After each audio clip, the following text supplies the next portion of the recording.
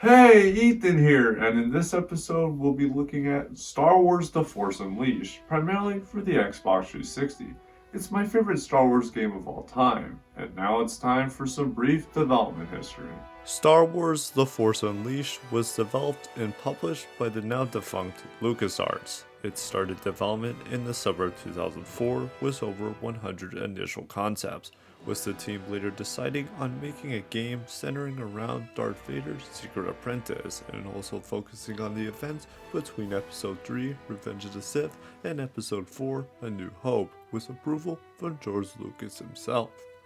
By early 2007, full production on the game officially began, with about 30 people working on the project. They first started developing the Xbox 360 version because the team did not have enough PlayStation 3 development kits at the time. Star Wars The Force Unleashed was then released for the Xbox 360, PlayStation 2, PlayStation 3, PSP, Nintendo Wii, and Nintendo DS on September 16, 2008, with the PC and Mac versions being released in 2009 and 2010, and also the Nintendo Switch version being released in April 2022. I originally bought this game back in May 2014 when I wasn't that big into Star Wars yet. I'm not as big into Star Wars as I used to, but I still enjoy it. I also finished the full game just a few days before this episode for the first time, but it's now time that I finally talk about Star Wars The Force Unleashed. The story of Star Wars The Force Unleashed starts out just like any other Star Wars movie, with the iconic "a long time ago in a galaxy far, far away," then the Star Wars logo and the iconic yellow slanted text. It then shows Darth Vader landing on the Wookiee planet of Kashyyyk looking for a Jedi that Darth Vader then kills, leaving the Jedi's son, which Darth Vader takes him as his apprentice. Years later, we see Darth Vader talking to his apprentice, which is all grown up and is about to complete his Sith training. His name is Galen Merrick, but is always referred to as Starkiller. Starkiller is tasked with killing General Ram Koda and to bring Darth Vader his lightsaber. We are then introduced to Starkiller's droid named Proxy and his new N9 pilot named Captain Juno Eclipse. We then learn that Starkiller's ship is called the Rogue Shadow.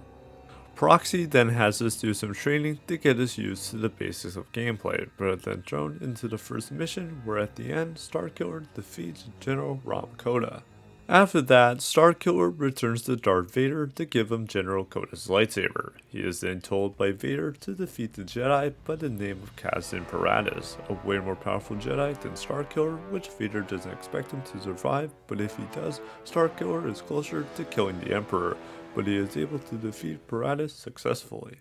It then shows Starkiller meditating on the Rogue Shadow with his lightsaber, but is suddenly interrupted by Darth Vader. Starkiller tells Vader that Paratus is dead and that he is ready to complete his training, but Vader says no and tasks Starkiller to kill Jedi Master Shaak Ti, one of the last surviving members of the Jedi Council.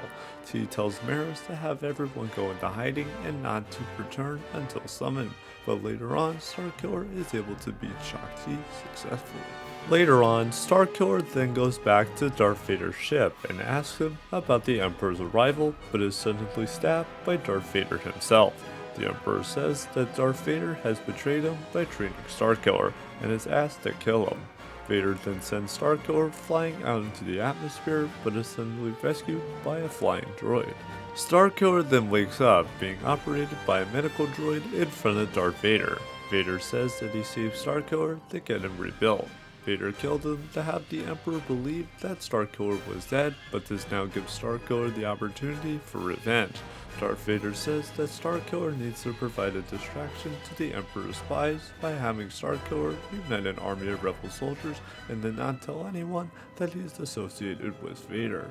Proxy then tells Starkiller that Juno is inside a holding cell on the ship and breaks out of the medical area, going on a rampage, killing anyone in his sight until he reaches Juno. Starkiller then talks to Juno about what to do next. The two then decide to go after General Koda. It then shows Princess Leia getting escorted by Imperial forces and meets up with Captain Stern to talk about her father's safety. Starkiller then finds General Koda in Cloud City, but is then discovered by Imperial forces.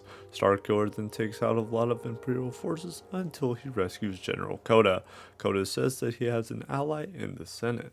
Later on, Starkiller, Coda, and Juno are near Kashyyyk to help get something from Coda's contact. Once he lands, he discovers an old hut that he lived in as a child and sees a vision of his dead father. He then makes his way through an Imperial base and meets up with Princess Leia.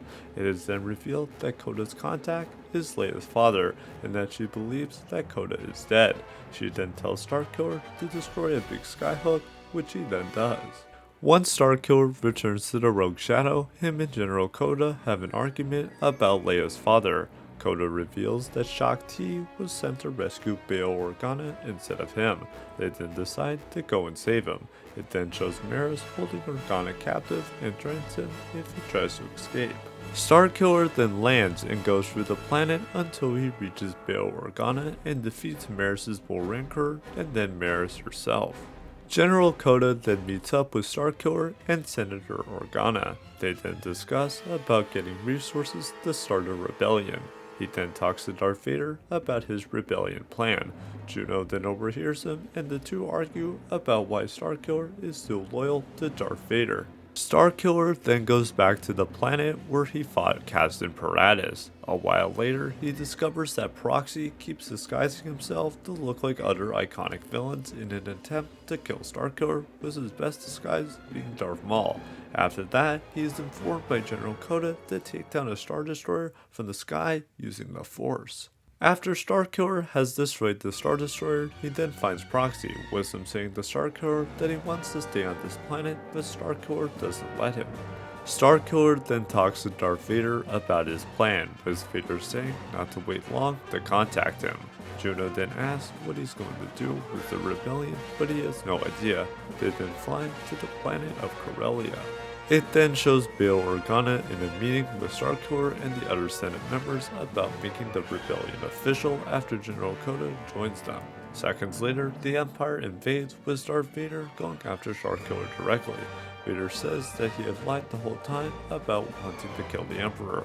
Proxy tries to save him, but is destroyed by Darth Vader himself. Starkiller is then rescued by Juno and starts talking about why Vader had him kill so many Imperial lives. He then tries to see into the future of what's going to happen. He sees a massive space station being the Death Star. Once they get to the Death Star, Juno questions if she'll see him again and then kisses Starkiller as he then goes through the Death Star, killing many Imperial lives. Later on, the Emperor is interrogating the captured members of the Senate. They then find out that Starkiller is nearby and Darth Vader goes to fight him, with Darth Vader getting severely injured. The Emperor then injures General Coda. The player then has the decision to fight the Emperor or Darth Vader, with the option of fighting the Emperor being the canon ending. The Emperor then kills Starkiller using the Force Lightning. The Emperor and Darth Vader then look at Starkiller's dead body, with Vader saying that he'll go after the rebels himself. It then shows the senators and Princess Leia talking about the official start to the rebellion, with their logo being Starkiller's family symbol. Coda then says that even though Starkiller was a dark person, he was able to sense that Starkiller really liked Juno, and that is the story of Star Wars: The Force Unleashed. There are also 3 DLC missions, with the first one having Starkiller traveling to the Jedi Temple to learn more about his father. The next 2 center around Starkiller becoming a full Sith Lord, with the first one having him go to Hoth during the Battle of Hoth to destroy Luke Skywalker, which uses the dark side in an attempt to defeat Starkiller, but is unsuccessful, but Skywalker's allies escape. The second one has him go to Luke Skywalker's home planet of Tatooine to meet up with Jabba the Hutt, about 2 droids being R2-D2 and C-3PO. Hutt betrays Starkiller and has him get killed, but is unsuccessful. He then runs into Boba Fett and then destroys him. Starkiller then goes to Mos Eisley Cafe and encounters an old Obi-Wan Kenobi and also defeats Kenobi's ghost. He then tries to get on the Millennium Falcon, but is unsuccessful. The main gameplay of Star Wars: The Force Unleashed has the player going through levels, taking out a large variety of enemies throughout the Star Wars universe. The player mainly uses a lightsaber, which can have the color of the crystal change by looking for other crystals, but I couldn't find any others. The player also uses Force Grip, Force Push, Force Lightning, and Force Repulse to take out enemies and solve puzzles. All the Force abilities can be upgraded and the player can unlock better attacks or combos. The player can also double jump and dash a short distance. You can also get temporary power-ups. Star Wars The Force Unleashed looks pretty decent still. The Xbox 360 and PlayStation 3 versions uses the in-house Ronin engine, allowing for HD graphics and more dynamic effects, and targets 720p at 30 FPS. The Wii, PS2, and PSP are all different in terms of content and a completely different engine. The Nintendo DS is completely different from that, and the Nintendo Switch version is an HD remaster of the Wii version, but I only have access to the Xbox 360 version. On the pause menu, we can go to the training room from the beginning of the game, select the different mission, input cheat codes, check mission objectives, access force upgrades, change lightsaber color, change costumes, which are all DLC, and data bank, which is where you can see high quality models of characters, locations, and vehicles seen in the game. And that is Star Wars The Force Unleashed, my favorite Star Wars game that I've ever played, even though I just beat the game for the first time. But the question is, are you a Jedi or are you a Sith?